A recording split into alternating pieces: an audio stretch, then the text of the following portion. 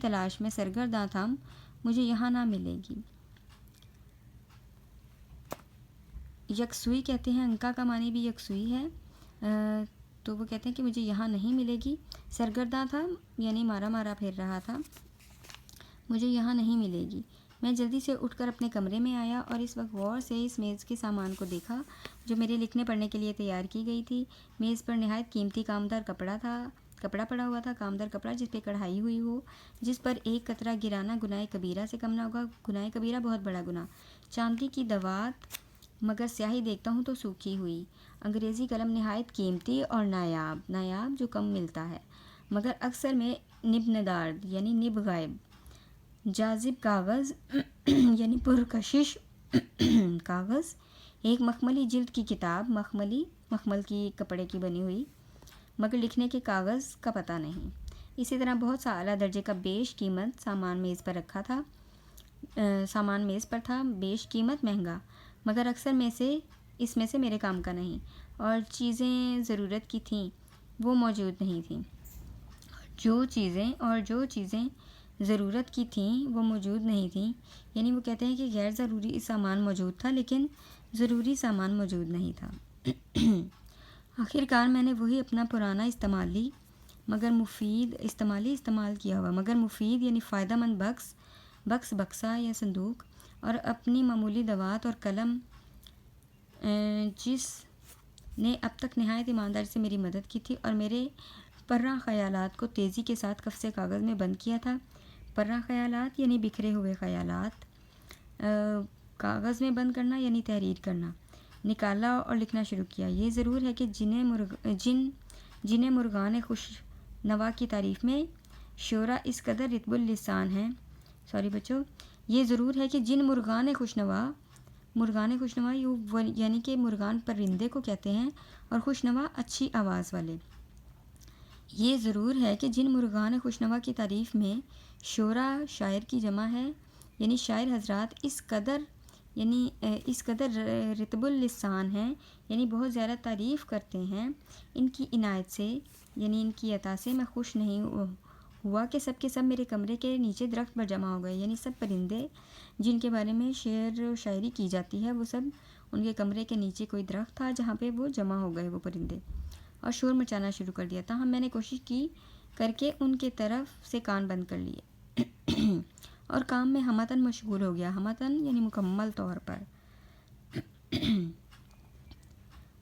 تن تن تنا تن، تن تن تنتا تنتانا، چھن تاتن تن تن تن۔ میں ایسا مصروف تھا کہ دنیا مافیا کی خبر نہ تھی۔ یہ مختلف آوازیں ہیں جو کسی کے ساز بجنے سے آ رہی تھیں۔ دنیا مافیا یعنی دنیا اور جو کچھ اس میں ہے۔ یکاجک اس تن تن نے چونکا دیا یعنی حیران کر دیا۔ اب میں سمجھا، میرے کمرے کے قریب شاکر خان صاحب کے چھوٹے بھائی کا کمرہ ہے، انہیں موسیقی میں بہت دخل ہے یعنی شوق ہے۔ اس وقت ستار سے شوق فرما رہے تھے۔ ستار ایک ساز کا نام ہے، بہت خوب بجا رہے ہیں۔ کوئی آدھ گھنٹہ انہوں نے موسیقی کی مشق فرما کر مجھے میری خواہش کے مطابق محفوظ فرمایا، لطف اندوز کیا۔ پھر کسی وجہ سے وہ اپنے کمرے چلے گئے اور خاموشی طاری ہو گئی، تو مجھے پھر اپنے کام کا خیال آیا۔ اے میرے خیالات، کبھی میرا گنجینہ میرا خزانہ ہو۔ گنجینہ بھی خزانے کو ہی کہتے ہیں۔ خدا کے لیے رحم کرو، میرے دماغ میں پھر آ جاؤ۔ یہ کہہ کے میں نے کاغذ کی طرف متوجہ ہوا کہ دیکھوں کہاں چھوڑا ہے۔ جن کی قدر آپ کہاں بھول پڑے، اتنے دنوں کہاں رہے۔ بھول پڑے یعنی کھو گئے۔ یہ کیا محمل فکرہ ہوا، لا حول ولا قوت۔ میں بھی کیا گڑبڑ پڑ رہا ہوں۔ محمل یعنی غلط فکرہ، یعنی وہ اپنے الفاظ سے مخاطب تھے کہ کہاں پہ گم ہو اور آ جاؤ۔ آپ کہاں بھول پڑے، اتنے دنوں کہاں رہے، یہ فکرے تو شاکر صاحب نے کسی دوست کو کہے ہیں جو ابھی ان سے ملنے آیا ہے۔ میں نے مصروفیت میں انہیں ہی لکھ دیا۔ ہاں تو کاٹ کے فکرہ درست کرنا چاہیے، اور جن کی قدر یعنی عزت ابھی تک ملک و قوم کو معلوم نہیں ہوئی، اور باہر کوئی دروازہ کھٹکھٹاتا ہے، یعنی وہ اپنے آپ سے ان باتوں میں مشغول تھے کہ کسی نے دروازہ کھٹکھٹایا۔ پھر وہ پوچھتے ہیں کون ہے؟ میں ہوں شبن۔ سرکار نے کہا ہے کہ اگر آپ کو تکلیف نہ ہو تو نیچے ذرا سی دیر کے لیے تشریف لائیے، کوئی صاحب آئے ہوئے ہیں اور سرکار انہیں آپ سے ملانا چاہتے ہیں۔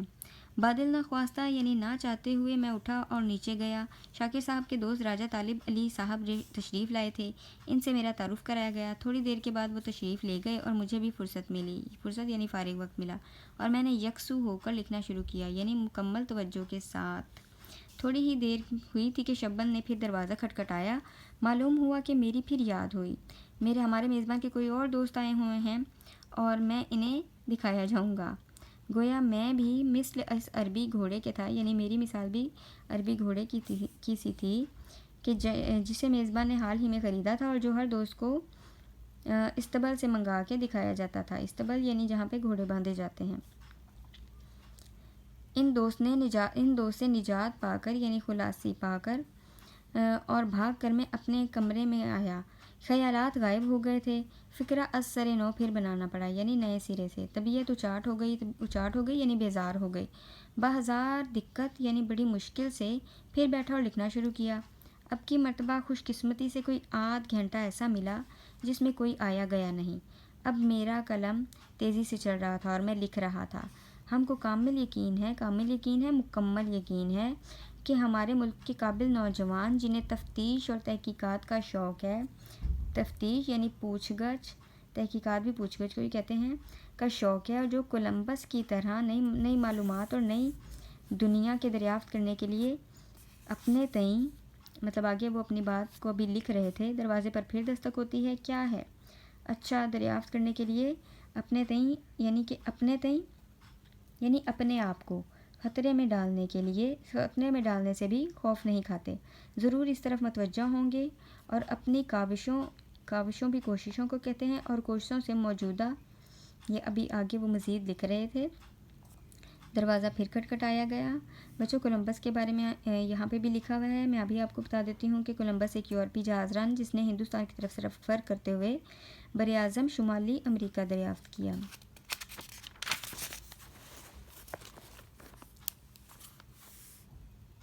ہاں حضور، سرکار آپ کا انتظار کر رہے ہیں۔ کھانا ٹھنڈا ہوا جاتا ہے؟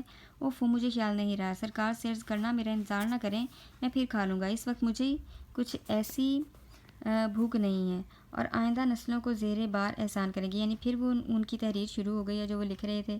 یہی نوجوان ہیں جو قوم کی کشتی کو خدا کی مدد پر بھروسہ کر کے خطرات سے بچاتے اور ساحل مراد تک پہنچاتے ہیں۔ زندگی اور موت کا لا یخل مسئلہ، یعنی نہ حل ہونے والا مسئلہ۔ دستک کیا ہے؟ دستک یعنی دروازہ کھٹکھٹایا جاتا ہے۔ سرکار کہتے ہیں اگر آپ تھوڑی دیر میں ہی کھائیں گے تو ہم بھی اسی وقت کھائیں گے، مگر کھانا ٹھنڈا ہو کہ بالکل خراب ہو جائے گا۔ اچھا بھائی، لو ابھی آیا۔ یہ کہہ کے میں کھانے کے لیے جاتا ہوں، سب سے معذرت کرتا ہوں۔ میزبان نہایت اخلاق سے فرماتے ہیں، چہرے پر تھکن معلوم ہوتی ہے، کیا بہت لکھ ڈالا؟ دیکھو، میں تم سے کہتا تھا نا کہ شہر میں ایسی فرصت اور خاموشی کہاں، سوائے اس کے کہ میں آمنا و صدقہ نہ کہوں، یعنی میں مان جاؤں، اور کیا کہہ سکتا تھا؟ اب کھانے پر اصرار ہوتا ہے، جس چیز سے مجھے رغبت نہیں، یعنی جو چیز میری چاہت میں نہیں، وہی کھلائی جاتی ہے۔ بعد کھانے کے میزبان صاحب فرماتے ہیں، سپہر کو تمہاری گاڑی میں چلنا ہوگا، میں تمہیں اس واسطے یہاں نہیں لایا کہ سخت دماغی کام کر کے اپنی صحت خراب کر لو۔ واپس کمرے میں آ کر میں تھوڑی دیر اس غرض سے یعنی اس مقصد سے لیٹتا ہوں کہ خیالات جمع کر لوں اور پھر لکھنا شروع کر دوں، مگر اب خیالات کہاں؟ مضمون اٹھا کر دیکھتا ہوں، زندگی اور موت کا لا یحل مسئلہ۔ اس کے متعلق کیا لکھنے والا تھا؟ ان الفاظ کے بعد کون سے الفاظ دماغ میں تھے؟ اب خیال کچھ نہیں کہ اس کو پہلے فکروں سے کیوں کر ربط پیدا کرنا تھا۔ ربط یعنی تعلق۔ یوں ہی پڑے پڑے نیند آ جاتی ہے۔ تیسرے پہر اٹھتا ہوں، یعنی شام کے وقت اٹھتا ہوں تو دماغ بہت صحیح پاتا ہوں۔ زندگی اور موت کا لا یحل مسئلہ بالکل حل ہو جاتا ہے، پورا فکرہ آئینے کی طرح صاف نظر آتا ہے۔ میں خوشی اٹھ کر میز پر گیا اور لکھنا چاہتا تھا کہ پھر وہی دستک۔ نوکر اطلاع دیتا ہے کہ گاڑی تیار ہے، سرکار کپڑے پہنے آپ کا انتظار کر رہے ہیں۔ میں فوراً نیچے آ جاتا ہوں تو پہلا فکرہ جو میزبان صاحب کہتے ہیں وہ ہوتا ہے، آج تو دستے کے دستے لکھ ڈالے۔ میں سچی بات کہوں کہ کچھ نہیں لکھا تو وہ ہنس کے جواب دیتے ہیں کہ آخر اس قدر کسرِ نفسی کی کیا ضرورت ہے؟ کسرِ نفسی یعنی عاجزی کی۔ خدا کے واسطے جھوٹی نہ کھائیے قسمیں، مجھے یقین ہوا اور مجھ کو اعتبار آیا۔ یعنی وہ کہتے ہیں کہ قسمیں نہ کھائیے، میں آپ کی بات پہ ویسے ہی یقین کر لیتا ہوں۔ مل ملا کر شام کو واپس آئے، کھانے کے بعد باتیں ہوتی ہیں، سونے کے وقت اپنا دن بھر کا کام دیکھتا ہوں تو ایک صفحے سے زیادہ نہیں، وہ بھی بے ربط یعنی بے تعلق و بے سلسلہ، یعنی آپس میں اس کے کوئی تعلق محسوس نہیں ہو رہا۔ غصے اور رنج میں آ کر اسے پھاڑ دیتا ہوں اور دوسرے روز یعنی دوسرے دن اپنے میزبان کو ناراض کر کے اپنے گھر واپس چلا جاتا ہوں۔ میں نہ شکرا اور احسان فراموش کہاں جاؤں گا، مگر میں مجبور ہوں اس عزیز اور مہربان دوست کو بھی چھوڑ دوں گا۔ میں نے ذرا تفصیل سے ان کا حال بیان کیا، مگر خیال نہ کرنا کہ یہیں ان احباب کی فہرست ختم ہو گئی ہے۔